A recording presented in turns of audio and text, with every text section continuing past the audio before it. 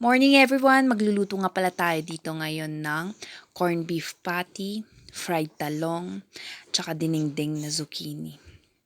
So yung una muna natin gagawin is magmi-mix tayo ng 1 can of corned beef, konting flour, konting crispy fry.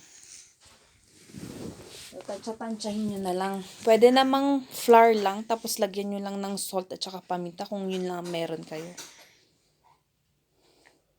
Sa akin kasi mayroon pang nakaref na crispy fry kaya inad ko na din.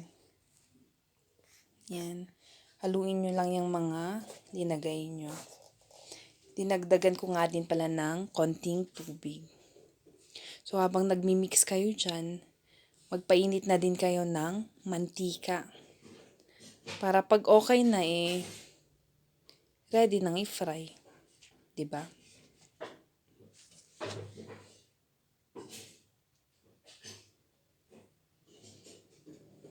Alam nyo mga mamis, sa panahon ngayon ay naku, kailangan mong maging madiskarte sa mga pagkain. 'Di ba? So okay na yan, pwede nating i-fry. 'Di ba? Ang dami niyang nagawa, unlike sa iisang corned beef lang, yan na-distribute eh.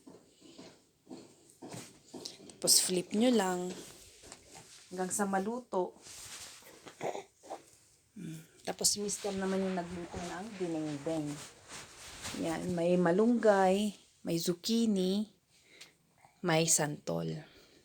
Simpleng recipe lang pero ang sarap nito, promise. Ayan. Masustansya pa, 'di ba? Magandang isabaw 'yan sa mga bata. Oh, ready na, 'di ba? Ang daming nagawa nung iisang corned beef. Ang daming patty. Yan na din yung fried talong. So, okay na. Kainan na naman. Ciao! Bye-bye!